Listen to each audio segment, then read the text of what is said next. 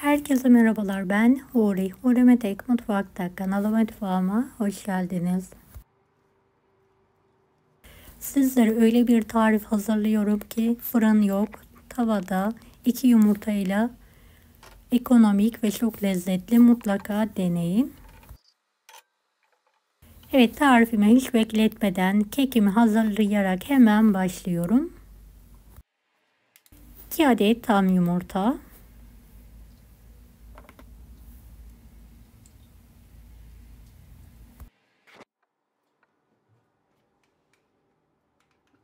Evet, yumurtaları karıştırmaya başlayalım.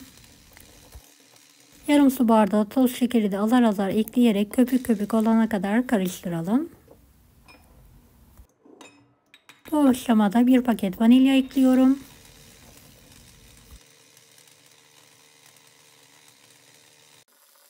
Yarım su bardağı sıvı yağ. Yarım su bardağı ılık su. 1 su bardağı dolusu un. 2 yemek kaşığı kakao. 1 paket kabartma tozu. Tüm malzemeyi homojen olana kadar karıştıralım.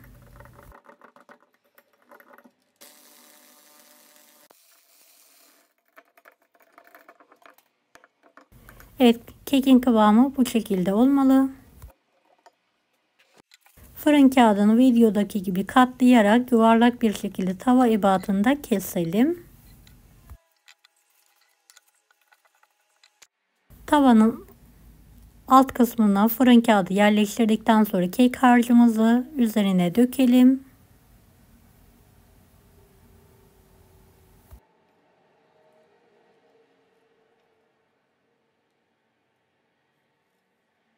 Kapağını kapatalım. Ocağın üzerine alalım. Ocağı da kısık olacak şekilde ayarlayalım.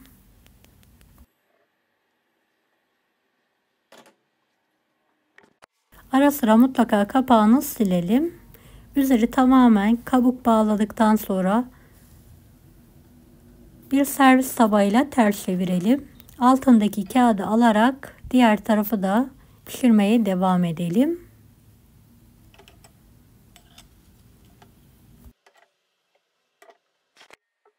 Beni hangi ülkeden veya şehirden izliyorsunuz merak ediyorum. Yoruma yazarsanız sevinirim. Evet, kekin pişti, soğuması için kenara alıyorum. Üzeri için 300 gram bitter çikolatayı biraz fındık kırığı ekleyerek eritiyorum. Evet, eridi.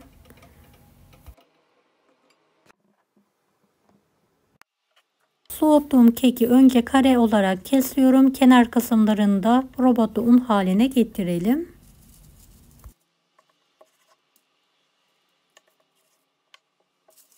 Daha sonra şöyle minik uzun şeritler halinde keserek ayıralım.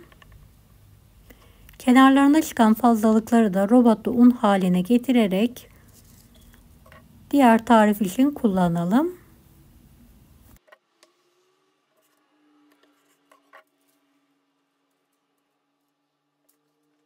Üzeri için hazır yer fıstığı kullandım. Karamel de yapabilirsiniz. Yer fıstıklarını üzerine sıkıyorum.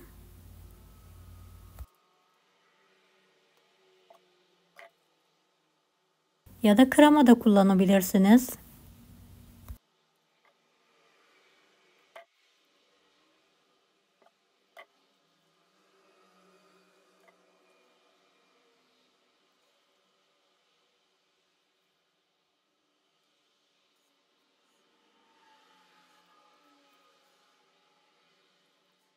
Evet, hepsi hazır. Erittiğim çikolatayı her tarafına gelecek şekilde kaplayalım.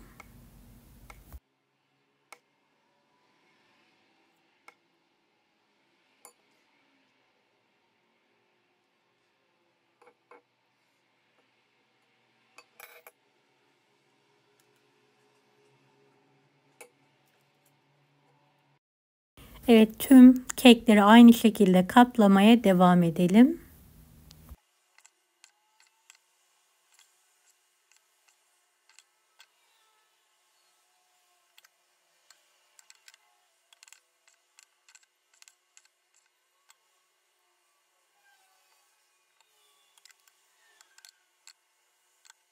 Hepsi hazır. Üzeri şimdi beyaz çikolata erittim ve şeritler halinde üzerlerine sıkıyorum. Daha sonra buzdolabına kaldırarak çikolataları donana kadar bekletiyorum.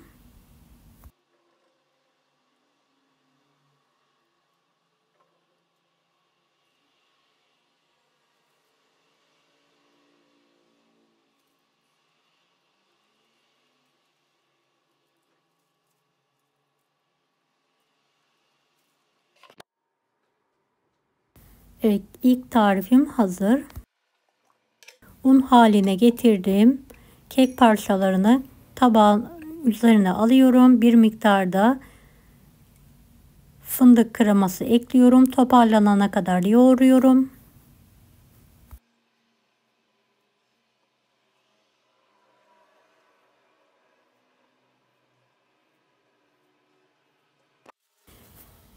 Kavrulmuş fındık ekliyorum. Şöyle 2-3 yemek kaşığı tekrardan yoğuruyorum.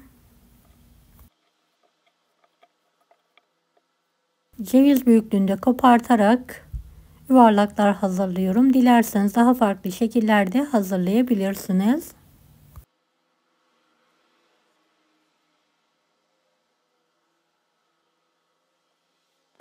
Evet, kalan çikolataya da üzerlerini kaplıyorum.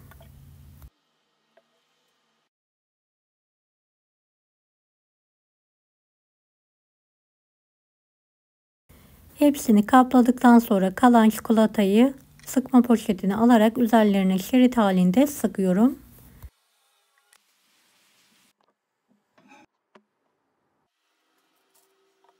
Evet, üzerleri donduktan sonra servise hazırlıyorum.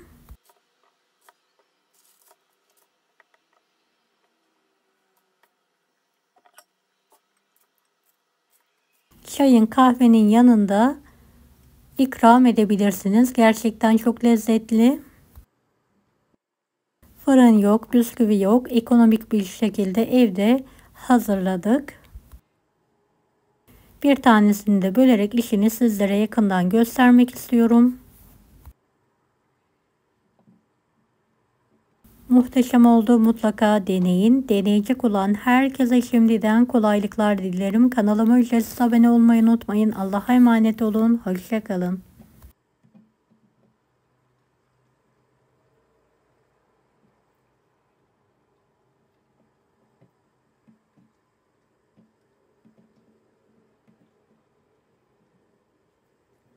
Daha farklı tarifler için bunları da izlemeyi unutmayınız.